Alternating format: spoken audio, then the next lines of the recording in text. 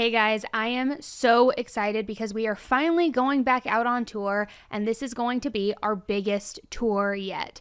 We are hitting a lot of cities, coming to a city near you, and this tour is going to be unlike the last tour and unlike any episode or case that we have ever presented. It's going to be an all new exclusive case, an entirely new approach, interactive with you guys, and it is just going to be so great. I am so excited to connect with all of you guys. I am very eager for you to hear this case, and it's just going to be an unforgettable night. So tickets are on sale now, but grab yours now before they're gone. You can get all of the information at annieelise.com. I will also link it in the show notes, and I'm really excited to see you there. So head to annieelise.com, grab your tickets, and I'll be seeing you soon.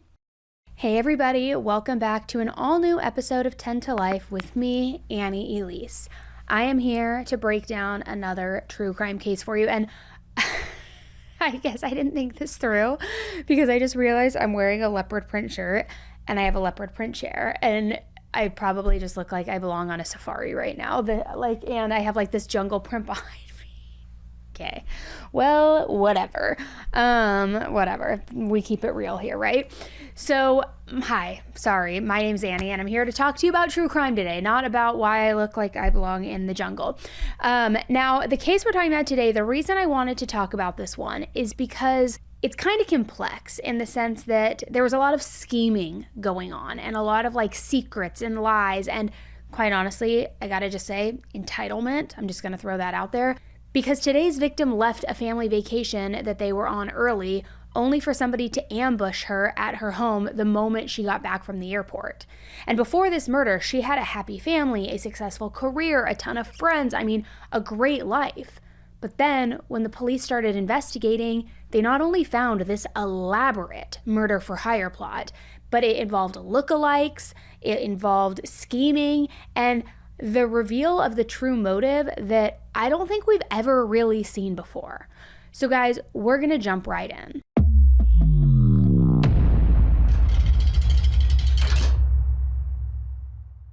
I'm going to keep it real with you. Life doesn't always turn out the way that we thought it would by a certain age or a certain milestone. Sometimes that gap between the expectation and the reality can also feel very heavy. I know it does for me. And for me, I have learned how much having somebody to talk to, someone who actually listens, it can change everything. Your perspective, your energy, all of it. And that's why I love BetterHelp, because a therapist can help give you an entirely new perspective. They also give you the tools to handle all of the curveballs that life can throw at you and just be there for you without any judgment. And BetterHelp makes it so simple. You just fill out a simple questionnaire and they match you with a licensed therapist in as little as a couple of days. And if for any reason you're not vibing with that therapist and it's not the right fit, you can switch at any time with no extra cost. With over 7,000 reviews and a 4.3 rating on Trustpilot, it's a platform that you can trust. Going to therapy is a sign of strength. It's not a weakness. And my sponsor, BetterHelp, makes therapy simple with 10% off your first month to help get you started. Take that first step today and go to betterhelp.com/10tolife. In 2015, 46-year-old Teresa Sievers lived with her whole family in Bonita Springs, Florida. She was fair-skinned, she had long reddish blonde hair, and Teresa was one of those people who would just never set foot outside of her house unless she was wearing 5-inch heels. Literally the complete opposite of me. I haven't worn a heel in the last 5 years to save my life. But she was known for it. She was a very short woman, and so she never wanted to leave without wearing her heels. She also was just so well kept. She kept her hair perfectly curled, and it was kind of funny in a way. If you ever looked at Teresa, you would see this prim and proper, very put together, very demure, very beautiful woman. And it's interesting too because she was pretty outspoken. She would say whatever just popped into her head when she needed to, or when it was something that she wanted. She never would be bothered or worry about rubbing people the wrong way.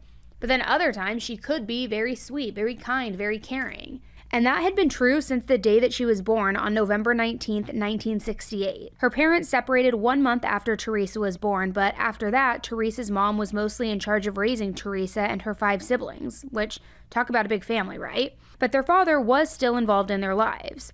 Now, Teresa was a bit of a finicky baby. She cried a lot, and so much so that her older siblings asked if there was something wrong with her, but there wasn't. She was just, colicky or whatever you would call it. But from a very young age, she was kind of just like never afraid to let people know what she wanted. She would scream, she would cry. I mean, that was her. So Teresa was a pretty intense person, even when she was young. She knew herself well enough to know what she wanted, and she definitely wasn't shy about going after it and getting it. And her sister Annie said, "That's how we defined who we were. We were the Tottenham. There's an intensity to our family that's all from the Tottenhams. We love passionately, we love intensely, and without regret.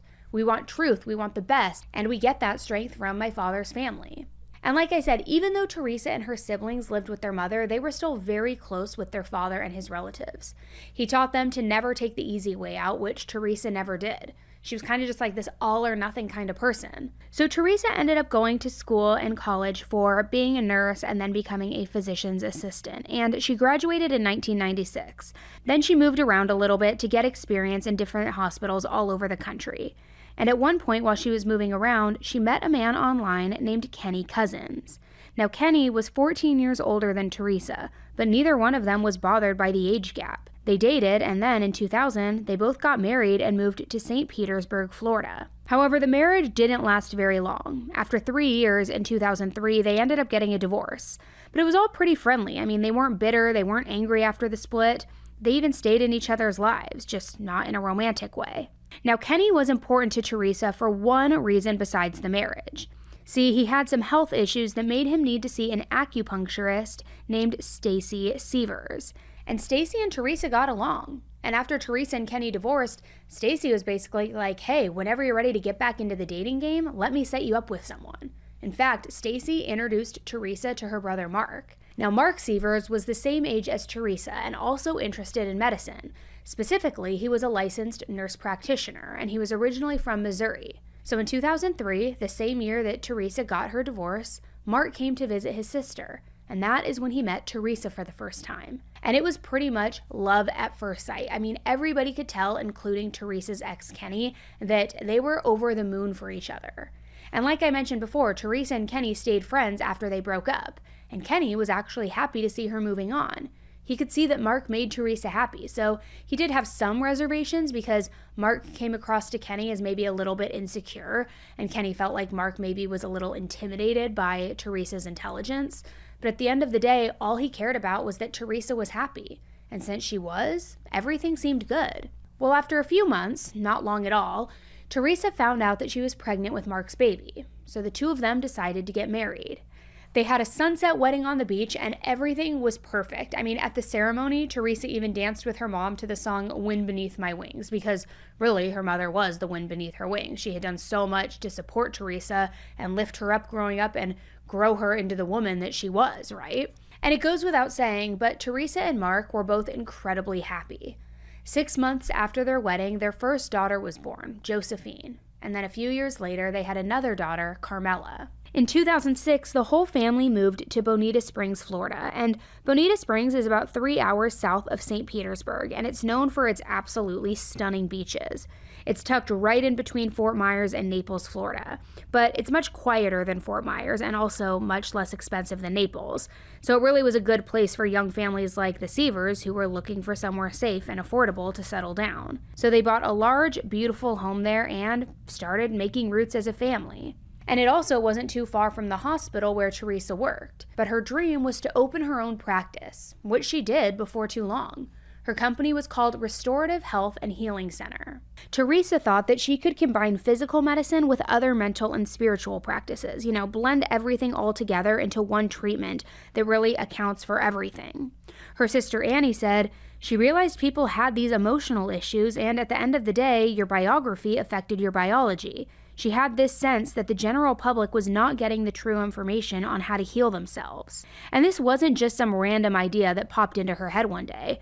Teresa kept going back to school and getting degrees in all different kinds of medicine, including alternative and Eastern medicine. She incorporated everything that she had learned into her practice too. Now with her own family, Teresa was always telling people to eat better, work out, take care of your body, live healthier lives overall. And eventually, Teresa became a vegan. She was also a really good cook, so she would make these vegan and vegetarian meals for people so that they could try them to show them, you can still get really great tasty food even if they weren't eating meat, eggs, and milk. And it might sound like she was really busy between her career and her cooking and everything else, but on top of all of that, she was a great mom.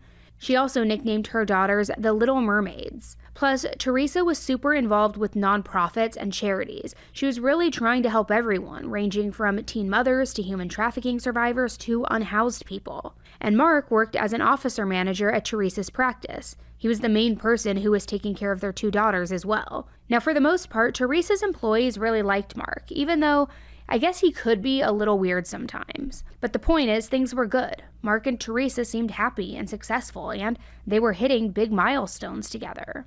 So the whole family flew to Connecticut for a family reunion at the end of June in 2015. It was a big deal too, because Teresa's grandma was turning 75 years old, so everybody was getting together to celebrate this. Mark, Teresa, and the girls arrived on June 26th. But then Teresa flew back to Florida by herself on the 28th so that she could see a few of her patients the following day. Mark and the kids were scheduled to fly home the next day on the 29th.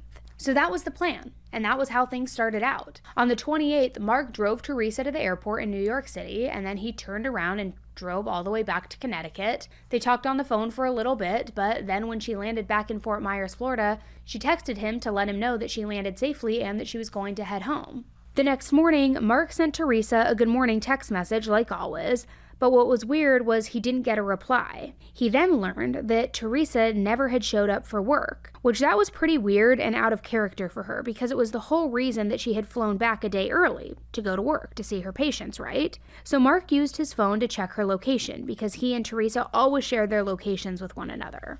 Now, the phone said that she was still at home. So Mark's next move and decision was to reach out to a friend of theirs named Mark Petitris to ask him to check on Teresa for him. And we'll call him Mark P so that we don't get the 2 Marks confused in this. So that Mark P, told Mark the husband that he was at the post office but that he would check everything out as soon as he was done. But then, before he could make it to the house, Mark P tried calling Teresa a few times, and Teresa never answered. So finally, at around 9:30 a.m., he got to the front door of Teresa's home. He knocked on the door and he rang the doorbell, but she didn't answer. The house was silent, and it seemed like nobody was home. So Mark P called Mark and said that Teresa wasn't answering. So then husband Mark gave neighbor friend Mark the code to open the garage door so that he could get inside.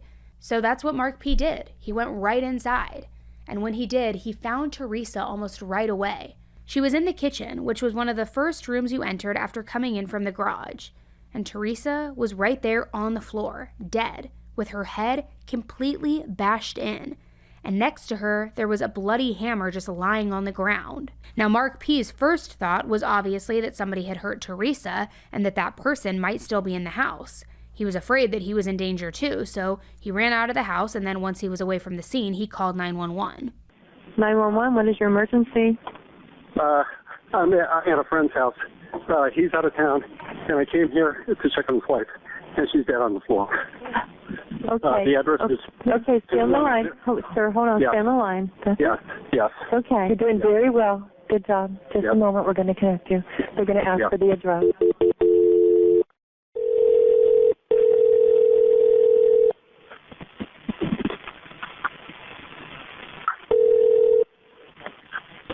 Ambulance and fire, what is the address of the emergency? 21034 Jarvis. All right, repeat the address one more time for me. 21034. I'm police and a bottom picked up. Okay, you said 21034 Jarvis? I'm sorry, 27034. Okay, and repeat that one more time. 27034 Jarvis Road. Okay, and is that a house or an apartment, sir? The house. What's the phone number you're calling from? Tell me exactly what happened. My friend, Teresa Sievers, she's a doctor. I'm a doctor. She came home last night. Her husband is in Connecticut, and she was supposed to go to work at 9 o'clock. She called me, and I was on my way into work, so I swung by, and she's dead on the floor. And there's a hammer at the side, and she's bashed in the back of the head. Okay, all right. Stay on the line with me, sir, okay? Yes. Stay on the line with me. Sheriff's officer, are you on the way? Yes, we are. Okay. All right, and so you said you're a doctor? Yes, I am. Okay, are you with her now? I'm outside of the house because I don't know if there's anybody in the house. Okay, all right, so how old is Teresa? She's 50-ish, 47-ish. All right, sir, and is she awake? No, she's down on the floor. She's cold. And The back of her head is bashed in, and there's blood everywhere. Okay. All right. So I do have paramedics, fire department, also law enforcement is on the line with us. Okay, they're going to be going out. Okay. Okay. Okay. So I want you to stay on the line one moment. You sure? Yeah, I'm gonna stay here. I'm gonna stay here till I get here because I don't know if anybody's still in the house. Okay. All right. Was right. All right. Is just stay on the line. Okay. The sheriff's office has questions, and they're going to counsel you on what to do next. So, okay. Sir, are you inside the residence then?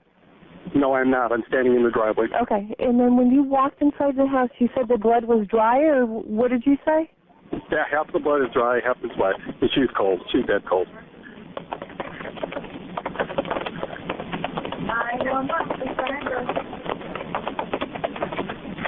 Okay, and there's the hammer sitting next to her, and you had left it, and did you touch anything?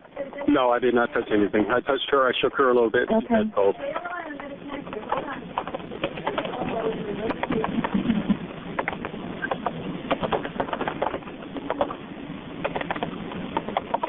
All right, one moment. You're doing really well. So the last time you had seen her is what time? Probably 2 weeks, 3 weeks ago. 2 or 3 weeks ago. Okay, and you said she returned today? I don't know when she came back, but she was supposed to go back. She was supposed to go to work today at 9 o'clock, and her husband called me from Connecticut to say she didn't show up at work, and she's not answering her phone.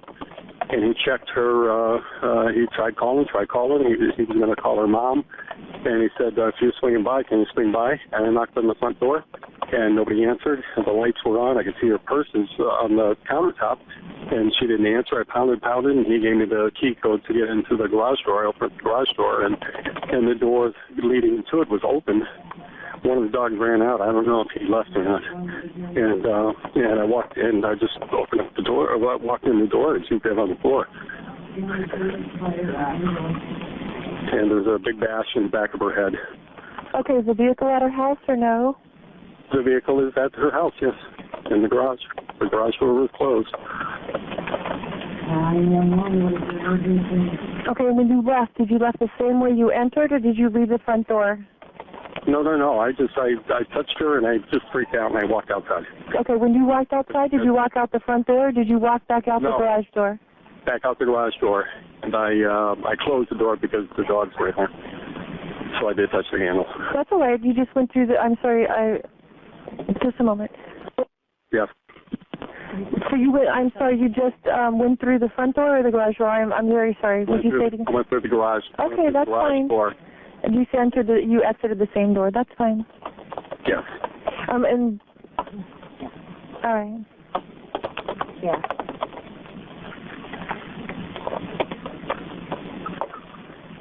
Okay, and so you were there because they asked you to take care of the house. Is that correct? Mark, her husband, called me to say, please, can you check on her because it's not like her not to show up to work and be late.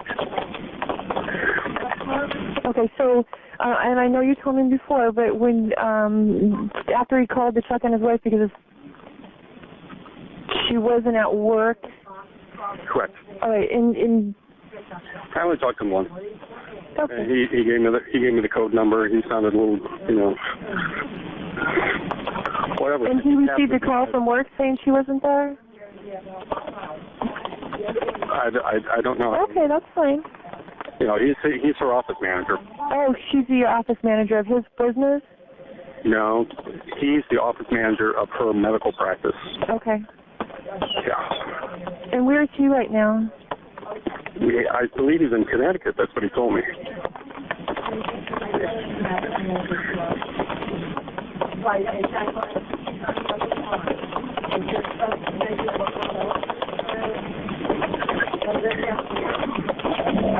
Okay. And you didn't see anything else, other than... No, I didn't go in the house. I'm afraid somebody's in the house. Somebody killed her. Right. It's a murder. Right? She's bashed in the back of the head. Okay. you know, I can't see her falling or anything like that. I just looked and I thought, my God, you know, she's my friend. Right, exactly. You're doing a really well. You're doing a fantastic job. You did a great job. The deputies are en route, and so is the ambulance. Yeah. And you're doing a fantastic job. I'm sure they're going to have a little bit further, more questions and everything for you. You're doing great. Okay. Okay. I did let them know that you're outside. The fire guys are here. Okay, great. And let's go. Yeah, she's dead. Okay, go ahead. Go ahead and hang up with me. Don't hang up? No, go ahead and hang up with me, okay? Okay. Goodbye. All right, bye. When the police arrived, they could tell that the front door had been tampered with, and obviously Teresa's injuries weren't self-inflicted. I mean, somebody had come in and brutally attacked her. They also worked out the timeline pretty quickly, especially after they found CCTV footage of Teresa at Fort Myers Airport. The same clothing that she was wearing at the airport was the same clothing that she was found dead in. So somebody must have jumped her or followed her and killed her the moment that she got home. Yet something in all of this seemed off. I mean, while the front door was damaged, something about it seemed intentional to the police, like it was staged almost, yet they didn't say why. Plus, nothing of value was missing from the home. The family safe, which had more than $40,000 cash in it, also sat untouched. The couple also had a large jewelry and gun collection, and it was all still where it was supposed to be. So this wasn't like a burglary gone wrong. And in general, there was just very little evidence at the crime scene. Except they had that bloody hammer, they had the blood spatter, but other than that, it seemed like the perfect crime. Almost professional even. Eventually, an autopsy confirmed that Teresa had died from blunt force trauma. Her skull was fractured, her scalp had been cut open in 17 different places. I mean, this was brutal. So the time of her death was put as sometime around 2 to 4 a.m. on June 29th. And in fact, afterwards, some neighbors said that they did hear screams coming from the family's home that night between 2 and 4 a.m. Now, as soon as Mark got the news about what had happened to Teresa, he was completely devastated. Since Mark was out of the state at the time of the murder, he of course wasn't considered a suspect, but he still did do a brief interview with the police. He said that he and Teresa had a really great relationship. I mean, sure, they got on each other's nerves from time to time, but they lived together, they worked together, so that was pretty much expected. And Mark said that none of those issues at all were major. The good things between them definitely outweighed the bad. He also had no idea who would do something like this to Teresa. So since Mark couldn't think of any possible suspects, any possible motive, one early theory for the police was that there was a serial killer out on the loose. Earlier that year, 2 other holistic doctors had been murdered in Central Florida, which is a pretty specific pattern, right? But other than the fact that all of the victims worked in the same field, there really wasn't a whole lot to link these cases together or show that they were related. So the police were stumped. And by July 1st, they still didn't really have any sort of inkling as to what the truth was, so they decided to bring Mark back in for another round of questioning. Now again, they didn't really suspect him at this point, they just wanted more information. I mean, they were hoping that he would help them kind of find some sort of lead, connection, suspect, something. Okay, it's your pace. Okay. Thank you. The dogs, are they loud dogs? Oh, God, they bark up a storm. I walk in, they go crazy. They get Even babies, for you? Babies at Daddy, they stop. They hear the motorcycle, they go crazy. They get up in the middle of the night, go barking. I jump up, grab the gun. They see a rabbit in the front yard. You know, so they're sensitive? They're very sensitive. Okay. Now, one of them is very old. Lucy has very bad hips, and that's why I really want to make sure she's okay, because she's on a special diet. We have the raw organic food in the freezer for her. Right, to help her out. I know they're not getting it. They're getting regular dog food, and they have allergies to stuff. Sure, I just problem. don't know how they're doing. Well, sooner we can get them back to you, we will. Yes. I asked Dr. Jamie. I know Jamie. Detective Jamie. Is there a possibility the dog spit the hell out of somebody? He says no. He didn't think that was the case. Not that we observed. Yeah. I was hoping. Me too. DNA. Anything we can get, trust me. We're looking at all ideas, and anytime you have an idea, I'm interested in it. I got to ask you a question. Sure. I should have, but okay. You can ask me whatever you want. The first day, Jamie and Captain Murphy came out to the house. Mm-hmm. I'm grateful as hell we did. Thank you, guys. Before they left, they said, we're going to do everything we can to catch them. Is it just me hanging on every single word and dissecting it afterwards? Is there proof of more than one person? The way when we say, let me answer your question. It was a generic. It was a generic comment. Okay. That's all it is. And then, of course, I'm here. I picked it up hours later. Sure. And I'm thinking, was she tied up? Was she tortured? I mean, right. That's fair. Someone screamed at 4 in the morning. It's like, what happened? That's the same questions I would have too. No, that's you pay attention. And this is something I wanted to ask whenever we got here, and I just no problem. Forgot. I don't mind you interrupting at all. It's no problem. We have the special tape on our windows for my daughter's bedrooms. So if someone were to hit it with a bat, it's not going to break the window. They shoot it with a gun.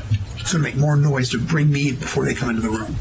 In addition to the alarms, we have the that special film you put on your windows. Had someone come out when we had the house. Well, we got the house. We did that.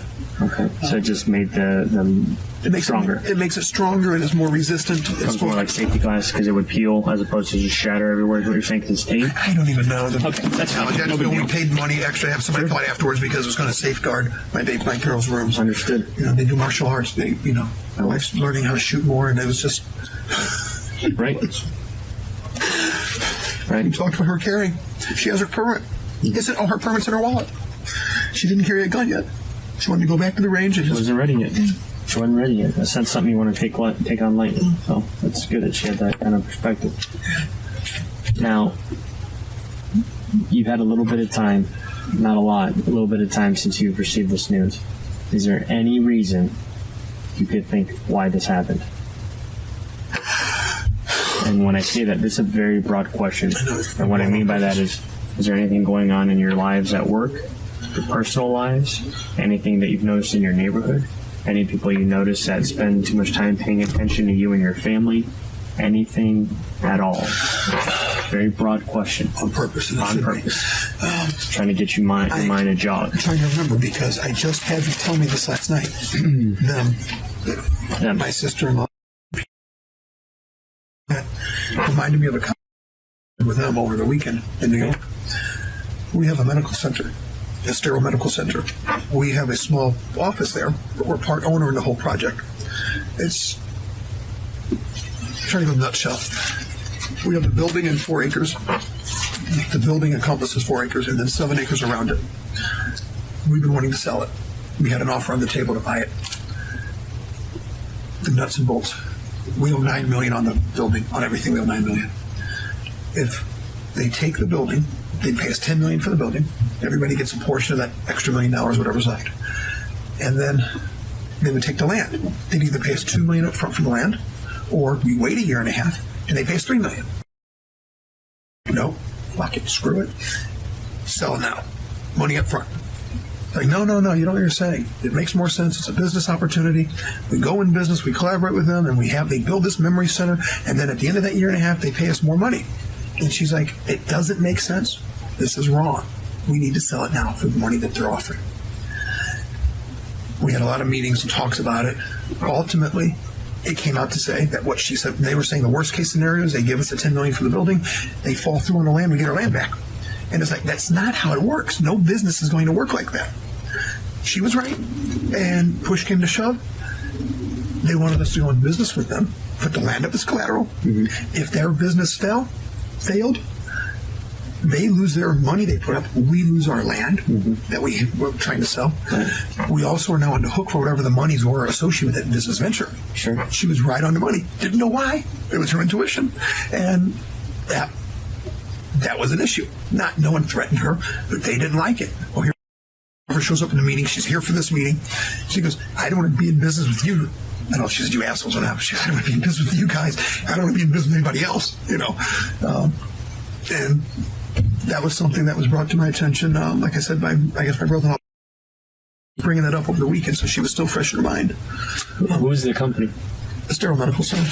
That's the company that you didn't want to be in business with? Well, it's not wanting to be in business with. It's just that Sterile Medical Center has all the individual doctors, and everyone can do what they want. There's no rhyme or reason to it. They can bring other doctors in that are competing with you. She doesn't know the people. It wasn't anything personal. It's trusting. She's like, I don't know you, but we're in business together for 10 years. Right. 8 years. Make sense. But we did that because we came into this project on the ground floor. Mm-hmm. So we have a percentage ownership of the whole thing, which up until now hasn't really been a whole lot. It's been more of a hassle. It means increased rent. Right. Because nothing sold. And then this whole deal fell through.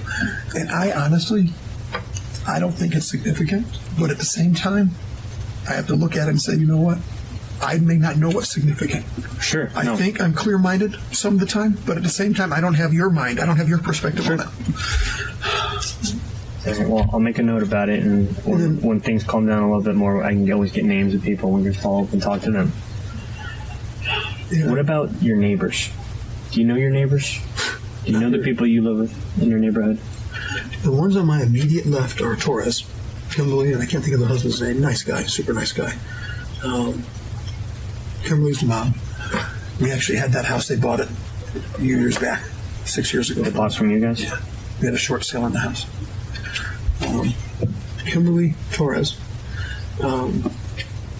We had an issue around Christmas time. Not with them. I would light fireworks off. Okay? Sure. I have two little girls. They like fireworks. I light them off from time to time. And one day, my neighbor from across the street, Rob, up until him, nice guy. Known him for 7 years. So if I'm standing in your driveway across? Straight across. Gotcha. And nice guy. We'd say, hey, how are you? Rob and Sandy. Murphy would get out last year or so. We watched him. They'd bring him back. My dogs would get out occasionally. They'd call me. We got your doggy. He comes over to my house one time, knocks on the door. I'm in my underwear. I come out, and he starts yelling and screaming at me. I'm like, Rob, what's wrong? You're trying to burn down your house. I haven't spoken to him since. Sure. Because he needs to apologize to my wife and kids. Relax, just do the breathing again. In through the nose. Slow it down. Yep. Breathe out. You're doing good. All right, so he was yelling crazy and screaming that they were trying to burn his house down. I'm like, what are you talking about? Right. He's like, because you're lighting fireworks off all effing day, all night, all hours, Right. And it's like, you've been doing this for 10 years. It's like, I've lived here for 8. I've been doing fireworks for 2. I understand you're mad. What's the problem? I have to climb on my roof every time and get all this shit. Would you like me to do that for you? I'm surprised you're addressing me like this. We were friendly. If you would have said, hey, Mark, don't do this. Do it down the street. Or this is what's happening as a result of your actions. Whatever. It's against the law. Yeah, I know. I mean, tell me what you want. Right. Talk to me. Right. You're coming at me with your fist and all that. I feel like hitting you. It's like, if you feel like hitting me, go ahead. It'll make you feel better. He's old man. He's 50. I mean, I shouldn't say old man. I guess I'm almost 50. I know what you mean. It's like, if it's going to make him feel, it's not going to hurt me. It's going to be one hit. If you feel like hitting me, go ahead. And we can talk this out. And he started yelling about my kids and about my wife. And it's like, girls, get in the house. And it's like, I would help you with this. And I go, I won't light any more off. I'm fine with that. It was before New Year's Eve, before Christmas, because I did, or before New Year's Eve, because I won't light this off. last year. Well, what day is it?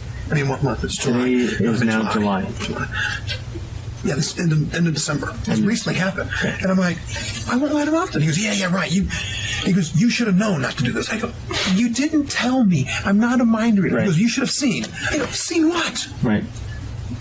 So that's how that ended? Yeah, so then another neighbor came out immediately to the right of him, and he comes to my driveway. I feel like knocking it. It's like, you feel like doing what? Who the hell are you? Right. I've been here for 8 years, and this is the most conversation we've had. Mm-hmm. Step off my property and get the hell away from me. Come running on my property, and it's like, no. And I haven't spoken to either one of them. Mm-hmm. Now, what I did that day, I went up. I guess actually I did that day. I went over to their house afterwards. And I settled down. I was so livid. Like, how dare you do this in front of my family? Yelling at my wife that she has a 3rd child, which is fine. I can take that. I act like a kid sometimes. I get it. Doing fireworks as an adult. Whatever. And, I go to his house and I say, hey, Rob, I just wanted to talk to you for a moment. Yeah, he goes inside. And Sandy comes out. She goes, Mark, please, I go, Sandy, I'm not here to offer any trouble. I want to know what I can do to help you guys. You want me to climb on your roof? Want me to get these off? I'll do it. I didn't mean any disrespect to you guys. I'm not trying to burn down your house. I go, I don't know you guys. I thought we were friendly. My daughters made him a birthday card. They would buy bracelets. My daughters have their birthday, buy bracelets. I would say, we had a rapport, I thought. Right. It's like, I don't know what set this off. And it's like, she goes, no, just go. And I go, I'm gone. But I have no hard feelings. And I walked across the other driveway. I wouldn't go in his driveway. He was there, and I go, I want to know if there's anything that you can get out of my property. I go, no worries. I just wanted to make my offer to you that if you had anything I needed to do because of my fireworks, I wanted to make sure I came clean with you because I didn't realize it was an issue. I want to wait, and I haven't spoken to either one of them. Now, Rob had occasionally waved. I just wouldn't wave back because I don't think you just blow that out. If you insulted me, I can care less. I'll wave, shake your hand, I don't mind. You yelled at my wife and kids. You owe them an apology before we say anything. And they liked them. Right. They liked them. Right, but then that's never happened. Strange. So I'm sorry. So I'm going off on tangents. Right. Anything else? A week or so ago, Okay. I need to ask my daughter. I had it on my phone to ask her today, and I forgot. We came home, and I can't remember the details. My wife came in the driveway. She must have been coming from work. Must have been on a Tuesday. Must have been a dance class. I'm trying to remember the time frames or what we were doing because it was just me. And I'm like, stay in the garage. So I think the garage door was open or something. The door going into the house was open. I opened the garage door and that door was already there. Oh, it was already open. The house, not unlocked. It was open. Yeah, it's always unlocked. It's one door I keep unlocked. The door, once you come in the garage, the door to the house, you always leave unlocked? When we're coming and going, yes. At nighttime, I lock it. From the inside? From the inside. Right, but if you're away... Right, yeah, when I'm away, it's unlocked because my mom feeds the dogs. Throughout the day, it's unlocked because that's how we come in and out of our house. Understood. It's not until you're home for the night. When we're home for the night, I lock it and I set the alarm. Got it. Put the wood down on the doors so you can't open it. We have cheap construction-grade sliders. I'm doing good. I'm not crying. Doing great. Doing a really good job. Okay. All right, so recently... I walked in. I told Jill, wait in the car. It's a week ago? Fucking day it is. It's fine. Approximately a week ago. A week or 2 weeks. In the last couple of weeks. Okay. And I had my gun with me. Sure. So I closed the door behind me. I walked every single room, the cabinets, everything, checked the whole thing out. Nobody was there. Like, good. And then my wife comes in the room, in the kitchen, and she yells, because I guess I didn't tell her. I just went in the house quickly. And not realizing that, or maybe I said something and she didn't hear me, or I thought I said something. And she goes, why can't you house? And I came back and I said, well, the door was open. And I think what I did was we usually set the alarm when I walk out of the house, set it on away so the dogs, set it on stay so they can run through the motion detector. I obviously didn't set it that time when we left for a few minutes to drop my daughter off, I'm guessing. Came home and the door was open. Now, another cause, not unlikely, is for Nana to jump up with her paw. Hits the lever and goes out. Okay, so it's a lever on the inside. So you can easily, okay. My front door we changed. It was a lever also. She'd get out the front door if we didn't do the deadbolt. Wow. So we changed the locks in the last year. So that's the only thing that I was thinking of. I can't think of anybody. No one sticks out in your mind in your neighborhood? I don't really know our neighbors that well. Okay. There are stories you hear about some neighbors. I've never had issues with them. So I don't know. You know, we're to ourselves. We don't let the... I'm very protective of my girls. She used to be my wife, too. I couldn't protect her. Okay, stop. Just focus on the moment. You're breathing. Just to iron out what I was talking to you about before, what you said there's been no extramarital affairs on your part, and you told me that you're not. You say extramarital affairs. I will split lines. I'm not an attorney, but I always focus on details, what you're actually saying. I have never cheated on her, and she has never cheated on me. Does that constitute extramarital affair? I guess, yes. That's one way. Okay. It's another way to put it. Do you guys swing with anyone? Okay. That's not an Is that considered an extramarital affair? No. Okay, then there's been no extramarital affair. Okay, do you guys do you guys swing occasionally? Very occasional. Mm-hmm. And it's only one direction. I say this. Well, I'm trying to help think of anybody. I don't want this getting out because it's so far removed. They're still friends. There's no issue. No one else. I'm trying to figure out motives and issues and things that happen though. So you may think it's nothing, but it may be something. She liked to have another woman with us. Right. She liked to watch me with another woman. Mm-hmm. She even liked to hear about me with another woman. When she wasn't present? Even when she wasn't present. And that was so seldom. Mm-hmm. She's like... Okay. We talked probably 2 or 3 years because it was a fantasy. Sure. And I'm building like, up to that. I'm like, I was fine with fantasy. Fantasies are fantasies. Sure. If it makes you, whatever it does for you, that's great. And strictly fantasy. And it's like, she wants you normally, let's do this. And it's like, I really don't feel comfortable. I mean, it's a stupid thing for a guy to say, but at the same time, like, I love my wife. I truly am good with one person for her forever. Right. And it's like, I don't want her. My thought was like Psych 101. Are you saying it's okay because you're afraid to hold on to me? You're afraid I'm going to leave you. Right. You don't feel you're good enough. Right. You had your tummy tuck. You asked about a boob job. I said, no. She wanted to get her boobs done. I go, why? Don't you like big boobs? I go, no. I love you the way you are. Right. And that really was not an issue, but it was a point we talked about for a long time when she had her tummy tuck. Because she was going to tummy tuck and a boob at the same time. Mm-hmm. It's like, you are perfect the way you are, and I truly mean it. It's like, so no. And it's like, she wanted to know about bringing somebody in. It's like, I love the fantasy. That's great. You want to actually do it? Well, it took us 2 or 3 years before we got to that step. Right. Because I couldn't do that. Sure. I just wanted to make sure it wasn't a self-esteem issue on our part. Right. We work so hard with our babies to build their self-esteem, do everything we can so they know their core strength is good. Right. I can't ignore my wife's. Oh, I agree with you. And so ultimately we did. And it happened a couple of different times. How long ago? A year and a half or 2.5 years ago was the last time. And who was it? Was it a close family friend? I imagine it would be. Not you felt up to it, or it's a stranger? You knew him. I knew her. Her? Me. I mean, and I also told her, we knew going into this, that her fantasy is for her to watch me with somebody. I never had that fantasy to share my wife. So it was strictly her watching me with another woman, or her being involved with another woman and me, or her being with the other woman herself. Okay. It was never another man. But you set it up. She didn't pick out the girl. Or did she? Actually, she did. Okay. She did. And it's someone you guys still talk to? Yeah. Okay. Someone who may be coming in here for the funeral, if she can. I'm sure. She obviously cares about you guys, and you care about her, which is why you included her in that. We also knew that was a one-time thing. Okay. We've stayed friends. It wasn't a weird thing for. I have a hard time with it. I would think it'd be weird. Right. I can't go there. And it sounds silly and corny. It's like, oh, you're the luckiest guy in the world. You got my wife, and yet she wants to open the door. It's like, actually, I didn't feel so lucky that my wife wanted the door open. I would have rather it just been us. Right. I mean, you know what I'm saying? You love your wife. It's like, this doesn't exclude love, but I mean, it's like, I would have liked it to have been. Am I enough for this? Why wouldn't this work? Right. Why do we need that? Right. And then she's like, I don't need it. She goes, I want it. I'm like, okay. It's like, and after a couple, 2 or 3 years, it's like we did that. So how many times? Oh, God, maybe 2. 1, 2 or 3 times. Does she live here? I don't even know where one lives.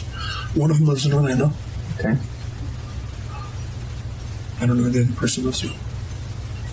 So it's 2 different girls a couple different times? Only 2 girls? I'm trying to think. I think it's just 2. I know this is uncomfortable, but you can understand here. If any of these girls fixated on your lifestyle and were jealous or things like that, people do silly things. So I'm trying to understand. I know. I'm just everything. Mark, come on. You got to remember this stuff. It's not something you're going to forget. Do you have any pre-existing medical conditions? Are you diagnosed with memory issues? I really do have memory issues. Okay. I'm not trying to throw it out. I'm really trying to remember. No. I'm not being a smart aleck. No. I'm trying to understand. I go through chelation. I'm needle phobic. I get a needle stuck in my arm. They chelate to help pull heavy metals out of my body to help with my memory. I might have early onset to Alzheimer's or that kind of stuff. Not remembering conversations. Have heavy metal exposure? Everybody has heavy metal exposure. Sure. And especially with deodorant and all that. And the medicine that she does, it's a common thing that people don't check for. Right. My lead's off the roof. My mercury's off the charts. So we were working on getting that out. It's just been hard to get to the chelation. So I'm not holding back in that sense. I know it looks like if I was in your shoes, how many people do you have on the site? You ought to know this, and I understand that. Typically. I know, and that's why I'm trying to be I volunteered this. I know you did. I opened that avenue for you. I know you did. You're doing a good job of talking to me and being honest. Okay. So approximately 2 different women. One lives in Orlando. One lives where? I don't know where the other one lives. It could be Naples.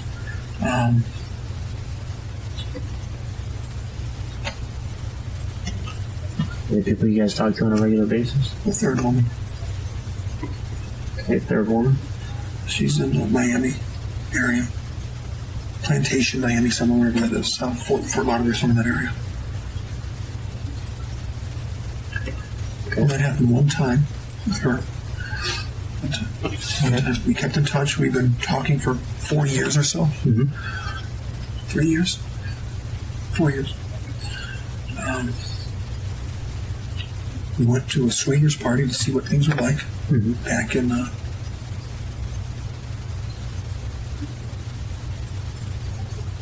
2011. Okay. First time.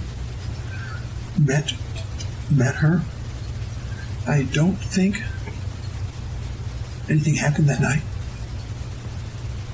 Was that local swingers party? You would go away for it? We drove somewhere for it. In the city, this county? Oh, no, it's an hour, 2 hours away kind of drive thing. I don't know where it was. Right. I was in Tampa, in Orlando at a conference. She met somebody, a guy. They're having dinner. It was benign.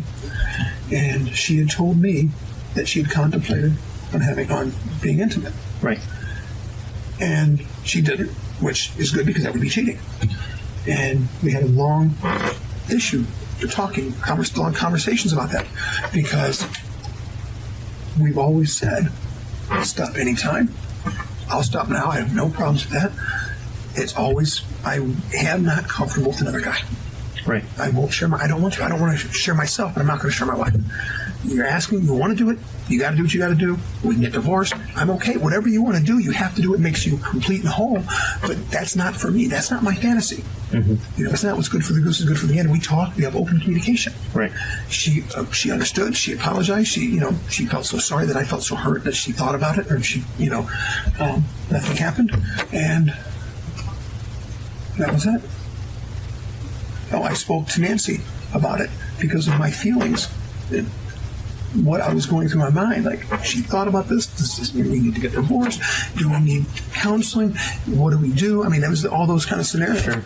And it's like, of course, the response is going to be, well, you started on one side. Of course, it may lead to the other. And it's like I told her when we started all this, it's like, I want to make sure we're honest with each other. Right. I don't want to do it. I don't want to do it. And I don't want you doing it. You know, and we need to make sure we're good. So it's. Should you keep in touch with that guy? No. What was his name? I don't want to know his name. Why? You guys still know him? Well, I've never met him. He's in California. He's a pretty big guy in the kind of medicine she does. Okay. She thought about engaging in an activity, and it doesn't, it's whatever. Nick what? Delgado. Nick Delgado? Delgado. And you said he's big time in that world? Yeah.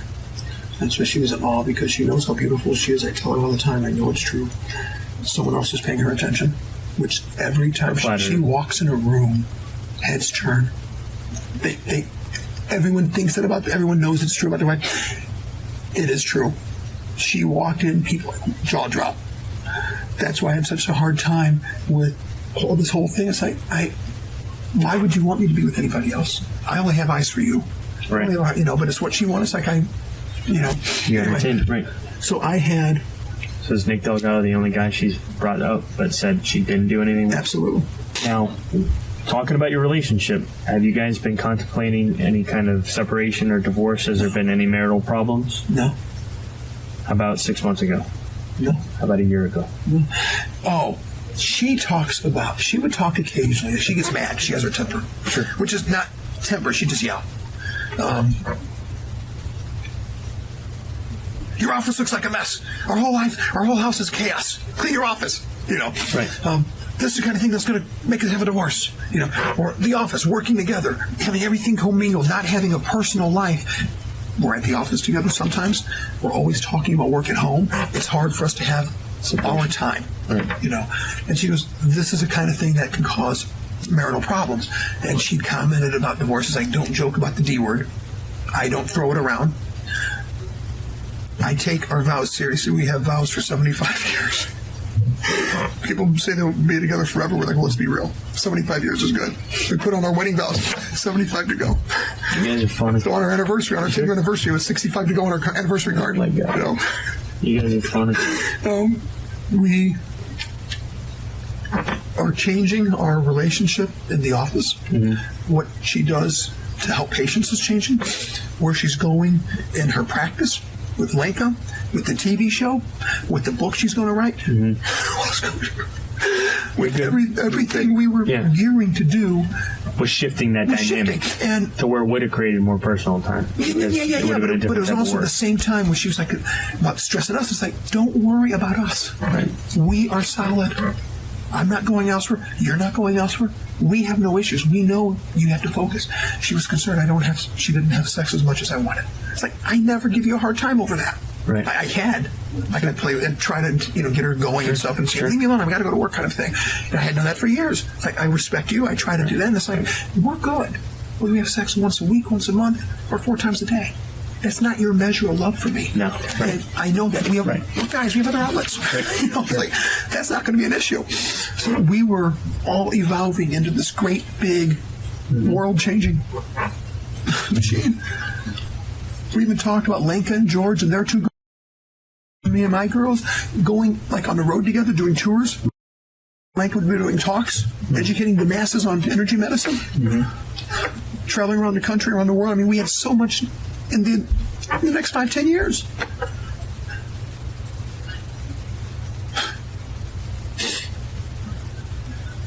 Okay.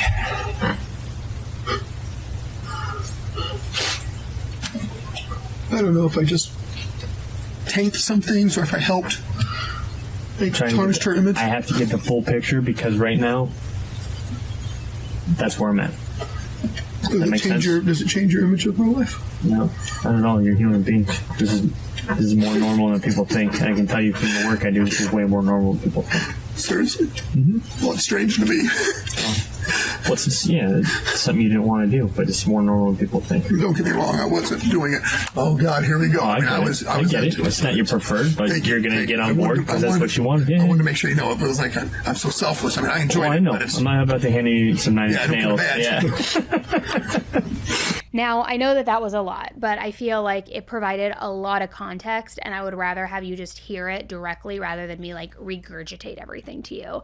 But like as a summary, he's basically saying, they had this somewhat of an open relationship. She had this weird kink, and it stemmed from maybe a lack of self-confidence. While he didn't really like participating in that, she kind of almost painting her not as a sex addict, but something like that.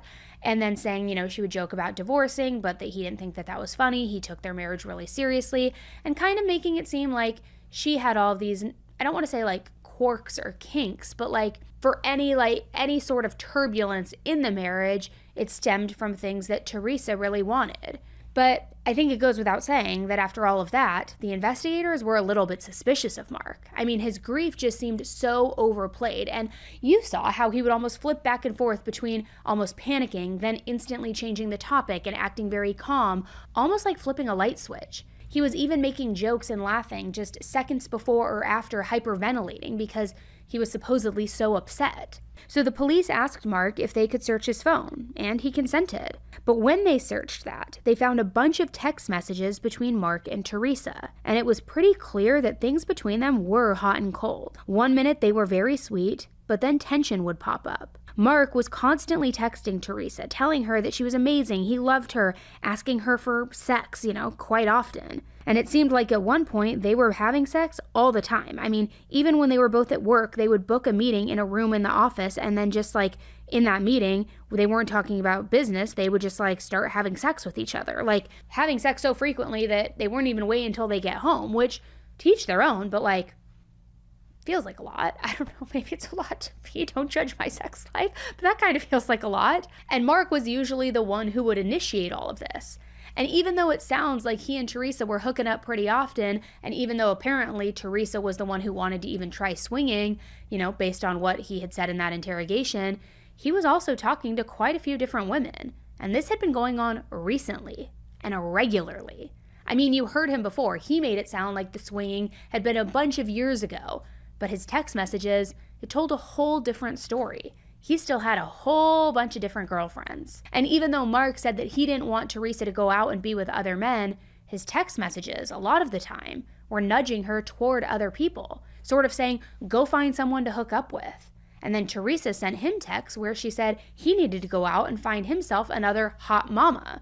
So it seemed like it was pretty consensual in the open relationship swinging thing, right?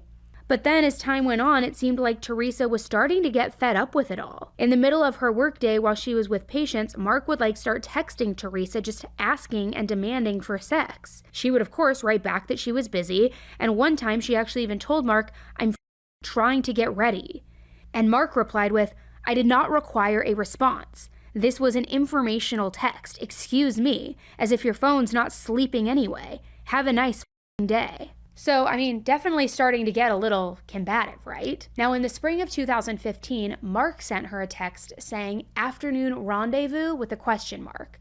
But Teresa didn't reply. So Mark sent another text that said, I want to take care of you, exclamation mark. Actually, there were 2 exclamation points. And again, she just didn't respond. So then Mark sent another follow-up text, which said, I guess your lack of response is an answer in and of itself. Which, yeah, it kind of was. But Teresa actually replied to this one saying, Mark, I'm sorry, I'm in the middle of doing things. Which is get a grip, guy. If she's working and she's busy and you're like, I want to take care of you, I want to do this. And if she's not responding, don't keep pushing. Maybe wait for a response. I don't know, that's just me. Now, on top of all of that, he would text her about the smallest things all the time. A little under a month before she died, Mark had texted Teresa to tell her that she had parked her car outside of the office building, which she was the one who parked the car. I'm sure she remembered where she put it. It's not like he was passing along some important information that she didn't already know. So Teresa's reply to him was, Mark, this kind of helicoptering makes me crazy, and it shows me that you're more focused on me than you. Which, I gotta say, that would be incredibly annoying and irritating. To just constantly be getting flooded with text messages while you're trying to work, you're seeing patients, you're taking care of your family, all these things, to be hey, your car's outside. Great, I know it is. Hey, I took a poo today. Great, I don't care. Leave me the fuck alone, I don't know, that's just me. Maybe I am cold, I don't know. Now, Mark also used the Notes app in his phone as a diary of sorts. And he would write about how Teresa seemed just uninterested in him, how she treated him poorly, how his sexual needs were not being met, and how he felt like a, quote, leech because Teresa was the only one bringing in any actual money. And his longest entry came from March 2015. It said, these are my personal thoughts and feelings at the time that I enter them. If you're reading this, please stop. And then he just went on and on about how he thought that Teresa was cheating on him. He also said he only liked having sex with her, but nothing else. He didn't enjoy talking to her, spending time with her, nothing else. But he also felt like he wasn't getting enough sex. He literally wrote, I want intimacy, not getting it though. What little time we do spend together is annoying to say the very least. It would be nice to share that small level of intimacy with the woman I've considered the love of my life. Maybe, just maybe, our relationship is already over. He also wrote in that same entry that he wasn't sure how things would play out if they got a divorce. He was the primary caretaker for their daughters, and Mark thought that it was only fair that he get full custody. But according to him, Teresa treated him more like a babysitter than a father who was the main one responsible for raising his girls. So he wrote, if worse comes to worse and we do not stay together, she will have visitation, and I custody. So in April of 2015, he and Teresa apparently had a pretty tense conversation. Teresa said that she was stressed and overwhelmed. She didn't feel like Mark was making enough money for the family, and that made her kind of feel trapped. Then afterward, Mark wrote another note in his phone, where this time he said, I'm not very productive with my day. I had not really thought of myself as leeching off of Teresa until tonight. Then on June 5th, 2015, he wrote, she said sometimes, most of the time, she does not feel like we are going to make it. And then a little under 3 weeks later, he wrote, Teresa and I are in a good place. She has been kissing me unsolicited for the past couple of days. He also wrote, she said she knows she is attractive to me even though we're going through this. While for her, she loses that physical attraction to me. To which I honestly replied quickly that she is losing her physical appeal to me as well. She appreciated my honesty, but she didn't like it. So now it's like he's kind of like confiding in his diary or his journal that they're both saying they don't find each other attractive anymore, or that they appreciate the honesty of saying that. I mean, it kind of just feels like it's going downhill, right? And I will also say this, Mark sounds a little obsessed with sex, right? I mean, he was texting about it all the time, writing about it in his notes app. And he actually tracked he and Teresa's sex life in his calendar. In 2014, Mark wrote in his calendar that Teresa had fantasized about having sex with Mark and his best friend, Curtis Wayne Wright, who I'm just going to call Wayne because that's what everybody calls him. But Wayne and Mark looked very similar to each other. And Mark wrote that Teresa wanted to be blindfolded and have sex with both of the men. Then she wanted to try and tell them apart. Now, Wayne lived in Missouri, and Mark wrote that one time when Wayne was visiting with them, before he left to go back home, he whispered in Teresa's ear, maybe next time. So I guess Mark or Teresa might have told him about that fantasy, but I don't know, kind of feels like a sketchy friend, right? I mean, to hear about this sort of unusual arrangement and then say something like that. But the truth was, Wayne and Mark were super close. They had grown up together in Missouri, and they had been friends since they were teenagers. And as adults, they talked all the time, texting almost every day. And some of those text messages were weird. For example, in May, the two of them had the following conversation. Wayne, do not really want to use secure text, as I believe nothing is really secure once it's out there. Mark, is your mail secure at home? Because you could mail me your info. Wayne, did you get your card? Just wanted to make sure your gift didn't fall out. Mark, just got it. Wayne, call me. It's very simple. Since neither of us are likely to carry both with us, whenever you want to use the other, just text me other, and then when I can, I will call. So then after this, over and over, they would just text each other the word other, or the phrase, hello brother from other mother. The conversation between the two of them would stop for a while, but then it would just pick up like normal. So when the police saw this, it made them think that the two of them had some sort of other secret way to communicate with each other. Maybe like burner phones. And between June 25th and June 27th, right before Teresa's murder, the text messages between the two of them just stopped, which was super abnormal because the two of them literally texted each other every day. On June 27th, Mark finally texted Wayne again, this time to say, no need to call me. Hope you're having a nice day. But Wayne didn't reply until June 30th. So this was all super suspicious, right? I mean, Mark's phone was just a gold mine in terms of motive. I mean, showing he was sneaking around, he was lying, that he was secretly communicating with his friend, maybe even with a burner phone, especially right around the time of the murder. And as bad as that sounds, not long after Teresa's funeral, Mark was found behind his office building throwing away a ton of computer equipment. Then there were the interviews that the investigators did with Mark and Teresa's friends and family members, and a bunch of them told the police that something was just off about Mark. He seemed messy, dysfunctional, and he also had behaved in a noticeably disrespectful way toward women. And in the last few weeks before Teresa's death, there had been some obvious tension between the two of them. Even their patients could tell that their dynamic was weird, and Teresa was apparently visibly upset. And as if all of that wasn't enough, the police got a huge tip on July 9th from a tipster who was out of the state. And it was such a big deal that the police flew out to Missouri to talk to this person in person. Now, according to this anonymous tipster, they had overheard a conversation between Wayne's wife, Angela Wright, and Angela's mom. Angela was complaining to her mom because her husband Wayne had decided that at the absolute last minute, he wanted to go to Florida without any notice. And this was around June 27th, just one day before Teresa's murder. Angela thought that Wayne was traveling for work. I mean, I guess he had done some IT projects for Teresa and Mark before, and Angela thought that this trip was more or less the same, except he had apparently forgotten to pack his phone, and he never left home without it. Yet he was now in Florida without it, and Angela had no way of getting a hold of him. She also said that Wayne had rented a car because she had recently crashed the family car. She ended this by saying that Wayne was going to return on June 29th, the same day that Teresa's body was discovered. This person also said that Wayne wasn't alone for this trip to Florida. He went with a man who was known as Jimmy the Hammer Rogers.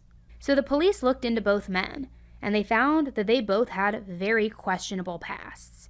Jimmy was only 25 years old, but he had been convicted of multiple felonies. Wayne had also been arrested because he ran a meth lab at one point, and he was also a person of interest in a missing persons case.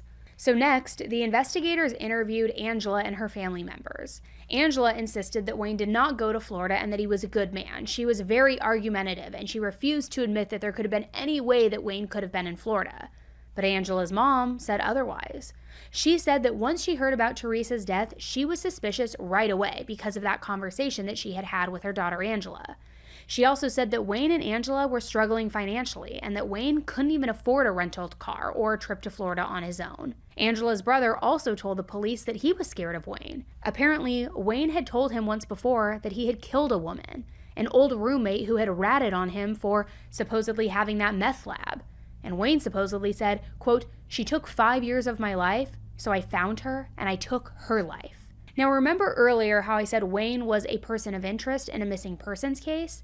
Well, it was this woman's case, the woman who turned him in for making that meth lab, and then she went missing, and Wayne basically admitted to killing her. But the police still didn't act on it because they claimed they didn't have enough evidence against him. So anyway, when the police asked Wayne and Jimmy about Teresa's murder, both of them denied having any involvement. However, shortly after the interrogation, somebody else called the police with information. Because yes, there was another tipster, and this time, it was Jimmy's girlfriend, Taylor. Taylor said that Jimmy had actually confessed to her that he and Wayne had killed Teresa. They had killed her for Mark. Mark had promised to give Wayne a cut of Teresa's life insurance money. $10,000 to be exact. Which, side note, remember how during his interrogation, Mark said that Teresa's life insurance had paid out $2.5 million? That was actually not true. It was even worth even more. I mean, something close to $4 million. So anyway, Taylor went on to say that after investigators interviewed Jimmy, he told her that they needed to go and they needed to get rid of a few things right away. So what happens from there? At what point does Jimmy start getting rid of all the evidence?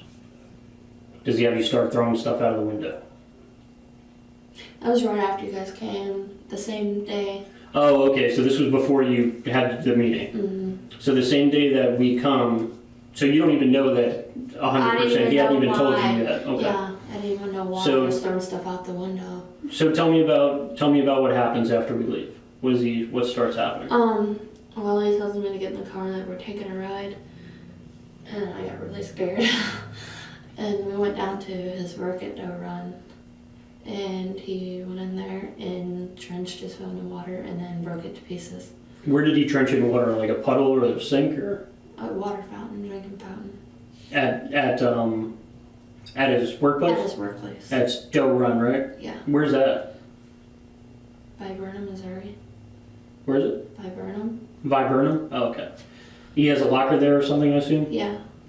So he drenches the phone that he took down there in water, in the water fountain. And then he crushed it into about 5 pieces. How'd he crush it? I didn't see him. Oh, okay. He just told me that he stomped on it and crushed it. Okay. So what happens from there? and then he comes, gets back in the car, hands me a phone, drives down that highway right by his work. I'm not sure what it's called. I'm thinking it's Y, but I'm not sure. Okay. But he hands me the phone and tells me to throw it out piece by piece. Okay. And did you do that? Yeah. Okay. Did you ask why or you just did it? No, I just did it. I was scared. Okay. It's understandable. And then we went to my mom's. Okay. So what happens from there? We just went to bed. We didn't talk about it in front of my mom. Well, I know that, but you said that he had you throw gloves and a jumpsuit out of the window on Highway 47 East. That was... I'm so confused right now. I'm tired. No, take your time. I know it's been a long day. Take your time. I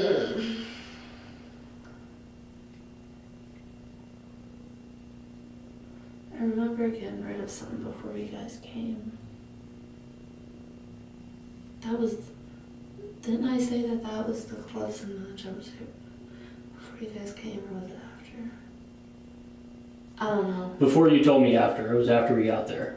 Oh, yeah. And you said Okay, so then, yeah, we went back by the house. That's right. We didn't go straight to my mom's. We went right back by the house. And we stopped there, and they got the stuff. Came out, brought it. He had it wrapped up in a towel. He had it wrapped in a towel? Yeah.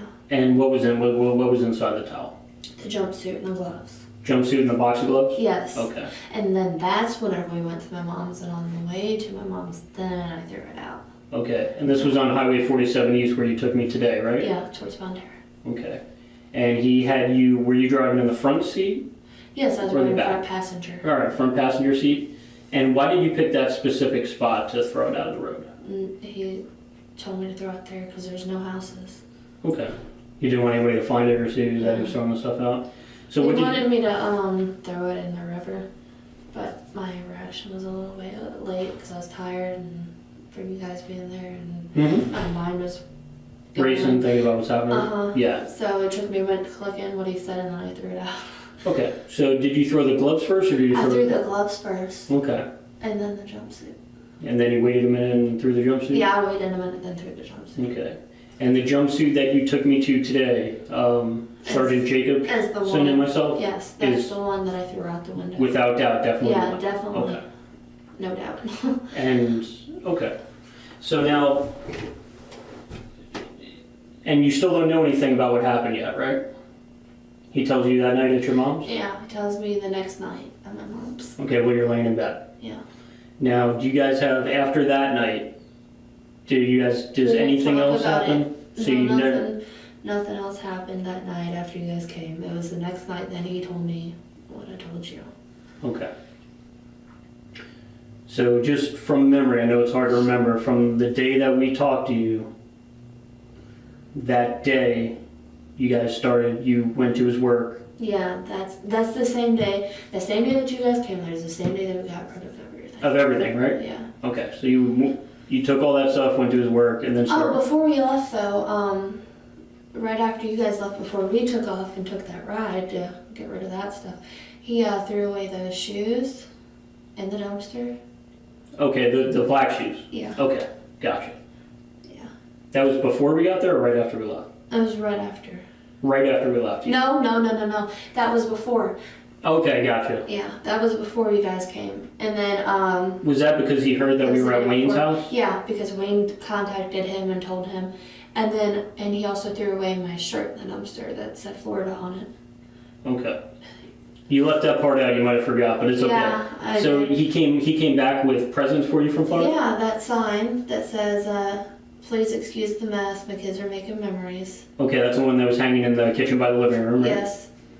And what else? And then the shirt that said Florida something beach on it, it was white. And what happened to that? And threw it away with the shoes in the dumpster. Okay. Before you guys came.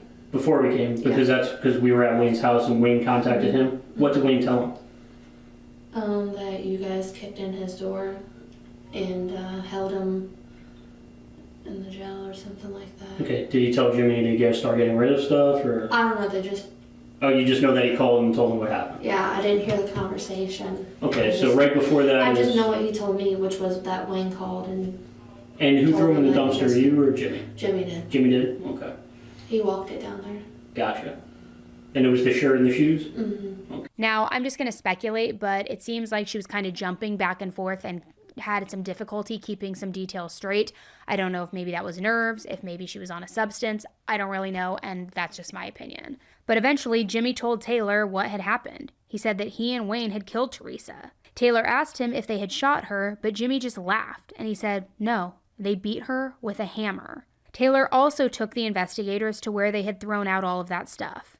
And there, they found a blue jumpsuit, and it matched some of the fibers that they had found on Teresa. The police also tracked down the rental car that Wayne used, and he had put over 2,700 miles on it during a 6-day period. The GPS showed that Wayne had driven all the way from Missouri to Bonita Springs, where the Sievers lived, and then he drove back to Missouri. But a few times along the way to Florida, he and Jimmy apparently made some pit stops. Once they went to a friend's house where Wayne asked for Adderall to help him stay awake. Wayne told that same friend that he was going to Florida for a job, but wouldn't say what that job was.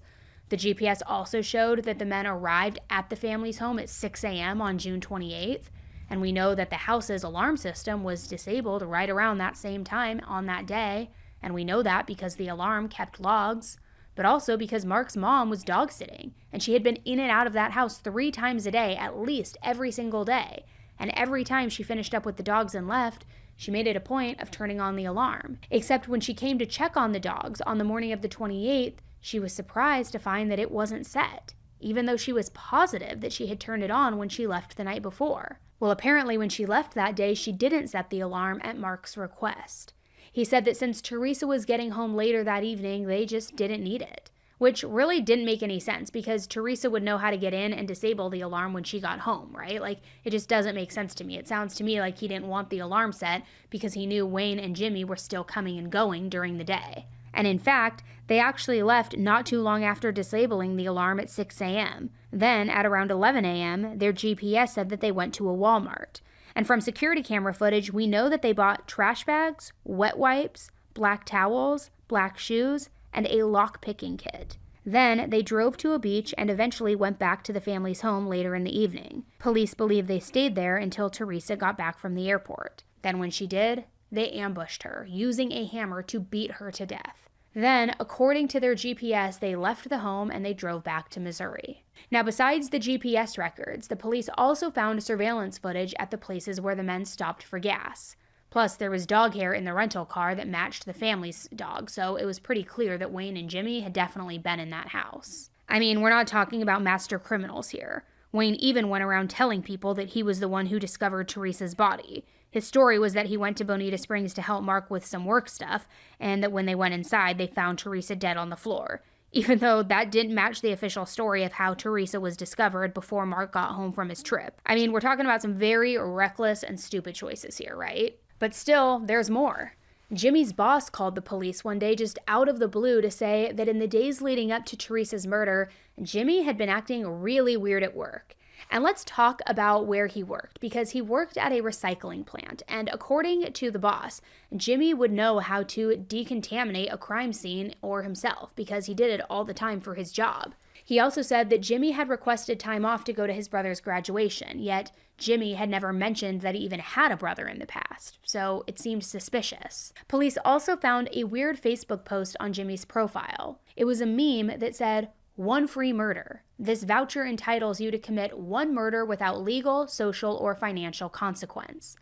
And Jimmy posted this meme 3 days before leaving for Florida. Now, on its own, okay, sometimes people share dark things on social media without meaning it, but when you put that into context with everything else, I mean, come on, you're an idiot. So the police went out and they arrested Jimmy on August 25th, and they also tracked down Wayne and arrested him on the 27th. But at first, Wayne denied having anything to do with Teresa's death. I mean, full denial. I think anybody being killed is wrong. Let's put anybody away. Let's just talk about Wayne. Do you think the killing of is wrong? Yes, I do. But why do you think it's wrong? Because she obviously wasn't threatening somebody or getting ready to hurt somebody that they, it would be a self-defense thing. It would be the only way that would happen, so. When you say that would be the only way it would happen, you mean that would be the only way it would be right? No, not that it would be right. I can't judge right or wrong for somebody else. So no, I have no idea. I mean, I think that asking that question is, it's not even a real question. It's just part of the question. So what's the right question to ask? I don't know. I don't know what the right question is. Do I think that if she was about to pull the trigger and kill my kid, do I think it would be right to shoot her? Yeah. I mean, if I'm protecting my family, sure. Well, let me ask you this. About to do something that you needed to protect your family for? Is that why you killed her? No. Is that why you helped Jimmy kill her? I did not help Jimmy kill her. Is that why you helped Mark kill her? I did not help Mark kill his wife. Did you help anybody kill her? No. Are you sure? I'm positive. Let me ask you this. What's that line about? Were you in Florida that weekend? No. No, okay. And that's why we're telling lies right now. I have no idea what he knows, but he knows that I didn't do anything. How do you know that he knows that? Because I didn't. Why would he think that I did it? Because you did. I did not. Oh my gosh. Wayne, I'm telling you, brother, this is a judgment-free zone. I know what you did, man. Listen, what about Jimmy? What are you going to do when Jimmy says, hell yeah, I got recruited. I needed the money. What are you going to do then? I don't believe that would happen either. Why? Because it didn't happen. What did you say to Jimmy then? I didn't say anything to Jimmy. I told you, Jimmy and I don't talk. My relationship with Mark is totally different. It's become more of a business relationship. I mean, we are friends above all, above everything.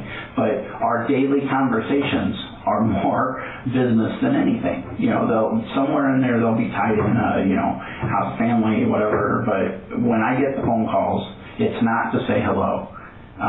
There's those that happen like in the evenings or things like that sometimes. But during the day when I get a call, it's because of something wrong at the office, and he needs me to tell him not to try.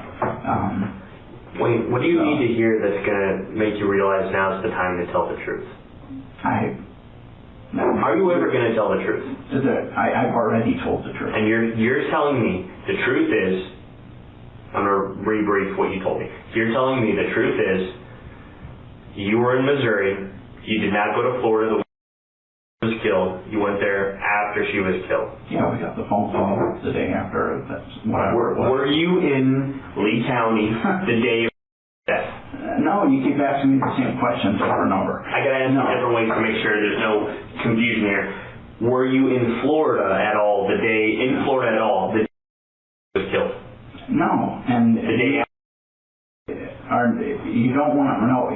You're not interested in my answer. You wouldn't keep asking. I am interested. You know why I'm interested in it? I'll tell you why I'm interested. I am. Look at me. I'm interested in everything that comes out of your mouth. I let you engage me in a conversation that. I love what's coming out of it because one, you have a funny sense of humor. Two, you're witty. Three, I love when you tell me things because it locks you into one story that you're in Missouri. The truth, yes. One story. It's not the truth. One story. You're close to telling. You're so close, man. Because you give me these dark glimpses where the truth starts to come out, and you look at me, and I know you just want to either punch me out or tell me this. I see the look where you're like, you son of a gun, you got me. Well, listen. No, that's not. That look is not. You got me.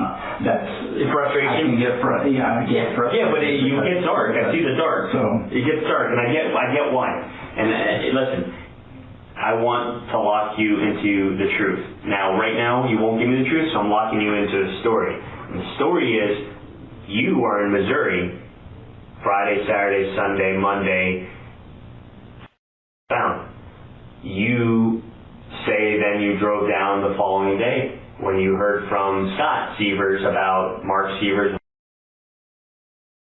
You did hear from Scott. Yeah. Scott called you. Yeah. That's 100% true. That is a fact. That is completely confirmed. And the same techniques used to confirm that truth have been applied to your timeline before that, leading up to it. And these techniques have revealed that not only were you in Florida, that you were in Lee County, and not only were you in Lee County, you were in Bonita Springs where the Sievers live, and not only were you in Bonita Springs where the Sievers live, you were literally less than 5 minutes from their house at one point, and then not only that, you were on their street.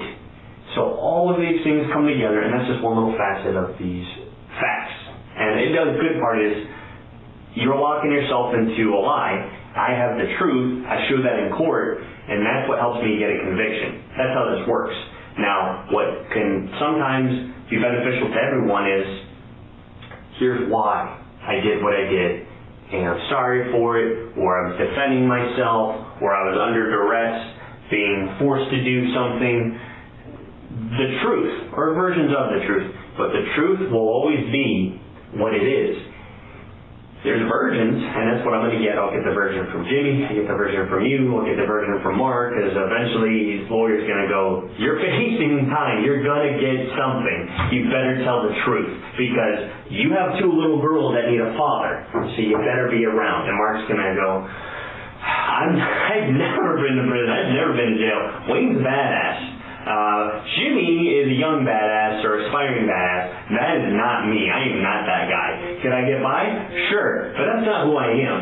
And I can't do this, so I'm going to have to tell the truth. I'm going to have to find a version of the truth where it puts me in the best light possible, and I'll try and do what I can do for Wayne. However, Jimmy I'll throw under the bus now that I know about him. Maybe I didn't know about him before. Whatever the case is, that's how it's going to go down. That's what will happen. The likelihood of everyone going, thick as thieves, brother, don't say anything, we'll be okay, as Mark loves to do this, where he's working through his negative energy and channeling his stress. He's not going to be thick as thieves. He's going to go, oh shit. I like going to the movies, and I like walking on the beach, and I like going to upscale malls and hanging out with my kids and just making projects. He's not going to want to go to prison and make paper mache masks with the guy down in the jail cell that wants to beat up Mark because Mark has had a life that he never got afforded. Mark will crumble. And definitely Jimmy will, because he's the youngest out of all three of you. And he's got a baby on the way. He's taken on little baby Luke as a responsibility. He's taken on little baby Heavenly. She's 2-year-old. She cracks me up. She's adorable. She's so full of piss and vinegar. He's going to want to buy into that and say, my dad ruined my life, my mom got killed, I'm going to be a good dad, I'm going to be a good husband, I'm getting out of this. I'm going to pull my parachute. I love you, Wayne, but we don't really know each other that long. We had a really good time. So be it. Good time on the beach, good time this, good time that. But I'm going to go on with my life. Plus, I don't want to die. I don't want to die in prison. He's going to turn. And then you will be forced to keep saying, that was in Missouri, as we... But in the end, eventually, Wayne broke down and he gave a confession. He said that at his wedding in May of 2015, Mark had come up to him and told him that he and Teresa were having issues with their marriage. He said they were probably going to get a divorce, but he was afraid that Teresa was going to take the kids away from him. Mark also said that they were struggling financially. They were living paycheck to paycheck, and they even owed the IRS $30,000 in different back taxes. So after some discussion, Mark eventually decided that the only option was for Teresa to die. Mark said that if Teresa died, he would receive over $4 million in life insurance money. And he said he would give Wayne some of that money if he helped him. So the two of them, tale as old as time, planned how they were going to kill Teresa. And eventually Wayne got Jimmy to help because Jimmy supposedly owed Mark a favor. And then they used the burner phones to plan the murder. He said that they drove to Bonita Springs in a rental car, and then they entered Mark's home using a code that Mark had given them. Then they disabled the security alarm. However, no one was at home yet, so they left. They went to Walmart, the beach. Then they went back to the house where they just sat and waited for Teresa. They made sure to purposefully break the front door too to make it look like somebody had broken in. Unfortunately, we all know what happened after that. Now by this point though, Mark still hadn't been arrested and he wasn't cooperating with the police either. He had lawyered up. He refused to do any more interrogations. But finally, on February 26th, 2016, they arrested him and charged him with second-degree murder. He pled not guilty, and in May, his charges were increased to first-degree murder. Teresa's parents officially gained custody of their grandchildren around this time as well. Now, Jimmy initially faced a first-degree murder charge, but in October of 2019, he was found guilty of second-degree murder and trespassing. With that, though, he was still sentenced to life in prison. Wayne, on the other hand, ended up agreeing to a plea deal. He got 25 years in prison for second-degree murder in exchange for testifying against Mark at his trial. And Mark's trial was in late 2019, and Wayne took the stand against him. You said prior to, right? Prior to getting married. Yes. Did Mr. Sievers ask to speak with you? Yes. And how did he ask to speak with you? The night before he came to Missouri, he sent me a text message telling me that he had something personal that he needed to talk to me about. He didn't say what it was, but okay. He said that he'd hoped that we'd have some time to be able to talk privately. So you're getting married and Mr. Sievers wanted to talk to you about himself? Yes.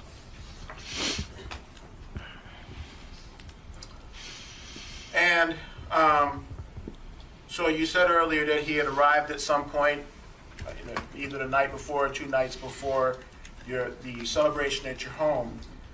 Did he ever tell you why he wanted to speak with you? Not until the night before the wedding, or the day before the wedding, when he came to the house with everybody else. And was this by text message as well? Or in person? Well, when he came to the house, we talked in person, so there wasn't anything else said about it until he came to the house. All right, so and when he came to the house, and this is, again, the night before the wedding when you were having the festivities at your house, Yes. Mr. Sievers indicated that he wanted to talk to you about something. Yes. Did you actually get a chance to talk to him? Yes. And tell us how that conversation happened. At some point during the day, that afternoon, he asked me if we could go somewhere and talk privately. So we went back to my bedroom, closed the door where that could happen. And when you went into your bedroom and closed the door, was there anybody in there with you? No. Just you and Mr. Sievers? Yes. That's why we went to that bedroom. And when the two of you went into your bedroom, was there anybody else present in your house? There was a lot of people in and out of the house, between the yard and the house. I don't know who was there at the time, but... So this is the day you were entertaining guests at your home? Yeah.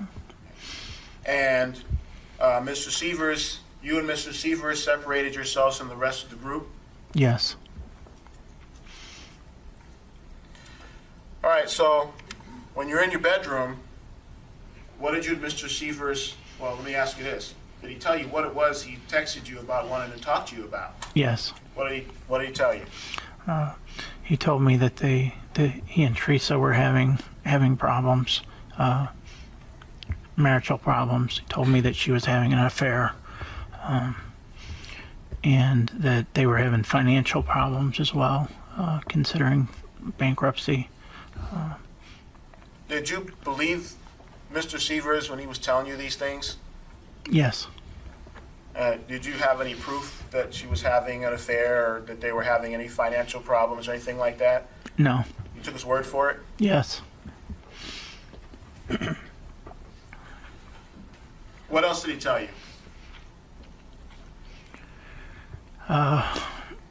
Well, we talked a little bit about, different options. It was a short conversation because we got interrupted. At one point he said a hypothetical situation where if kids were going to be taken away and put into some kind of danger, that if I knew somebody that would be willing to help him. Help him how? We didn't get into the specifics, but my take on it at the time was maybe to have this guy run off, beat up, something. So you thought that Mr. Sievers was hypothetically asking if you knew somebody who could beat somebody up for him? Yes. And how did you get interrupted? People were looking for us. Obviously, there's a lot of people around. Folks wanted to know why the two of you had separated yourselves? Yeah, they couldn't find us, so they come looking. Did you get an opportunity to speak with Mr. Sievers, or did Mr. Sievers seek an opportunity to speak with you again? Yes. When? The next morning, when we were getting ready for the wedding. The morning of your wedding? Yes. The morning of your wedding, Mr. Sievers wanted to talk to you again about his marriage? Yes. Where did that conversation happen? At the park while we were getting ready. There was a point where it was just him and I again. So. Okay. And what do you mean when you say when you say you were at the park getting ready? What does that mean? I'm sorry. One of the reasons we had everybody at the house was so that we could all meet at the park the next morning, because it was an outside wedding, so we had to decorate, and things. I borrowed chairs and tables from our church, and we had everybody had to come and set everything up. So Mark and I were actually getting dressed when this conversation happened, but it was while we were kind of getting things organized. So it sounds like you kind of had a do-it-yourself wedding. Yeah. You assembled all the table and chairs yourself? Yes. Did you hire a caterer or? No, I have a friend that owns a small grocery store. name's TK. TK. Not sure what his real name is. But that's what he goes by. Because he's in the grocery business, he has a wholesale account at a restaurant supply place where they sell all the bulk food and things. So he had offered to let me use his account, his membership, to go and buy everything that we needed so we could buy it at wholesale. So that's how we got that. Sorry. Getting it at wholesale meant that you got it at a discounted price? Yes. Much discounted. Okay, so that Saturday now, you're out there at the park, you're getting things together as you were explaining for your wedding to your wife Angela. Yes. And I think you said you thought you and Mr. Sievers were getting dressed. I think that's during the time when this conversation happened. And what did he say at this time? He brought the situation back up. This time he told me that Teresa was actually leaving him. The night before it was just that she was having an affair. So at this point it's getting a little more involved. He said that she was actually leaving him, that she was taking the children and taking them out of state. Okay, so you at this time, your close friend, Mr. Sievers, is telling you on the day of your wedding that his wife's leaving him. Am I taking that correctly? Yes. Did you think he was kidding? No. What was his demeanor like? Did he appear serious? Yes. You told us earlier that two of you were close friends, so when he told you about this, did you believe he was telling you the truth? Yes. All right, so now he's telling you while you're getting ready, he's telling you he thinks his wife's leaving him. No, not that he thinks. He said she was. Okay. What else did he tell you? He told me that the kids were in danger if she took them. That he couldn't let that happen. We talked about some different options as far as the marriage goes. I mentioned, about fighting her legally for custody. He said that wasn't an option. He wasn't financially in a place that he could be able to fight her for that.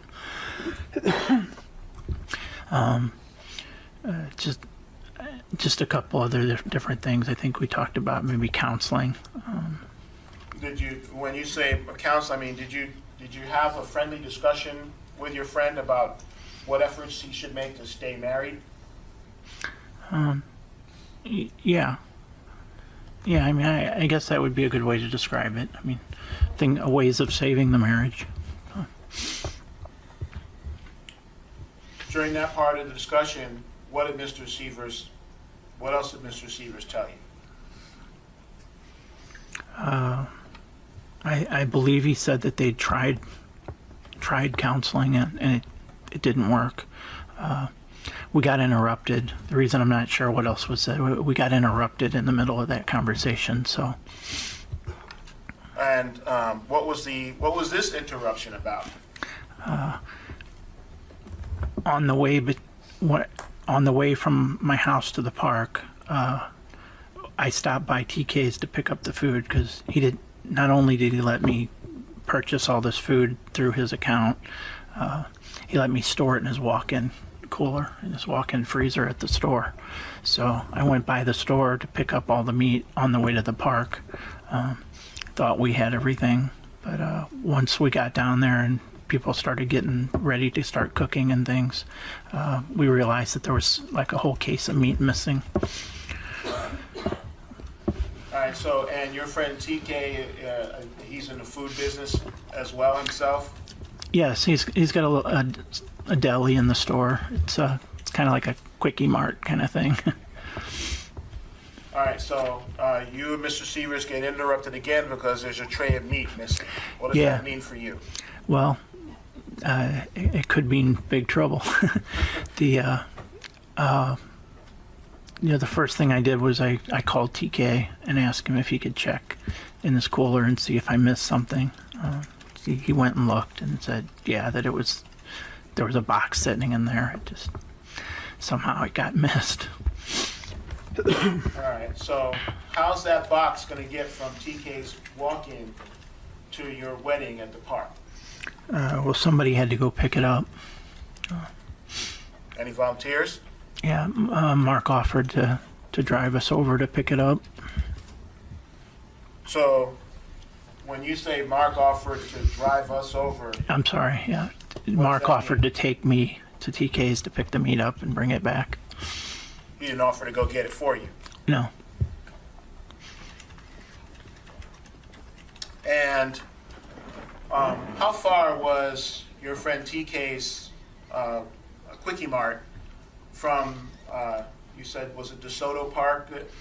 Yes. How far is the Quickie Mart from the DeSoto Park where you were at? 20 minutes at the most. Are things close together or spread out in that part of Missouri where you're living at that time? It's pretty rural. Everything seems to be 20 minutes from. All right, so Mr. Sievers volunteered to drive you back over to TK's Quickie Mart to pick up the box of meat you left there? Yes. And did you in fact take the ride with Mr. Sievers to pick up the meat? Yes. Other than you and Mr. Sievers, did anybody else go with you? No. Just the two of you? Yes. And it was in a vehicle that he had? Yeah, I think it was a rental car that he got when he got down here, or got up there. And on the way to TK's to pick up the meat, did y'all have another discussion? Yes. And what was that discussion about? It was a continuation of the same conversation. So he brought it up again, told me, that she was leaving him, that he couldn't let her take the kids away from him, and again said that they were in danger, some kind of danger, without him there to be able to protect them. Did he ask you to do anything? Yeah, we talked about some more. It was the same options, just brought back up. And when we kind of exhausted that, he told me that really the only option that he had was for her to die. And he said that he needed to have her killed. So finally, after a long road, on December 4th, 2019, a jury found Mark guilty of first-degree murder. He was sentenced to death. He did file an appeal in February of 2020, but it was denied. And to this day, he is still on death row. Now, this case to me is insane for a ton of different reasons. First of all, he enlists his friend who's a lookalike to commit this murder for him, but it's also done in such a sloppy, unstrategic way, which we love to see it. We love to see it when criminals are stupid. It makes everybody's job way easier. But also, what was the motive here? Was it because I can't imagine it was because he really wanted custody of his children and all of that. I think that had nothing to do with it, because she wasn't going to take full custody of the kids, and he would still have alimony, I'm sure. There would still be child support, all of these things. But from the text messages and the fights, it leads me to believe that the motive was that he was pissed he wasn't getting sex from her anymore. He didn't even like the other parts of the relationship, that they were annoying to him, that all he cared about was the intimacy. So then once that was off the table, I think he just was angry about that, especially given that he was still talking to other women on the side.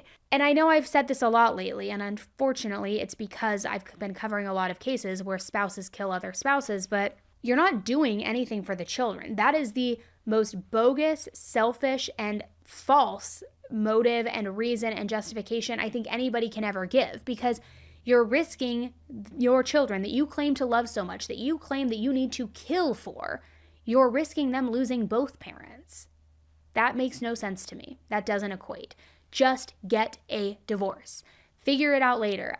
That's why I think there was something else at play here, but I want to know what you think about that, because maybe I'm wrong. Maybe that's just me. But I can't imagine that it was all this selfless plan, because He felt Teresa had to go because she was going to take his kids away from him. Although I'm sure that's probably what he did tell Wayne. I would imagine if Wayne, especially during his interrogation when he was like talking about all the philosophical stuff of how he justifies murder and if it's for his family and to protect them, I could see where maybe in his mind he was trying to rationalize it as she's going to take the kids away from my best friend, my brother. I have to step in. I have to do something. But I don't think that was really at all the situation. Not to mention they were all on a family vacation together. Like, it makes no sense. So let me know what you think in the comments below. It's just another senseless murder. But hey, they all are, right? All right. Sorry, I'm kind of going off on a tangent here for a little bit, guys. All right. Thank you guys for tuning into another case. Until the next one, please stay safe.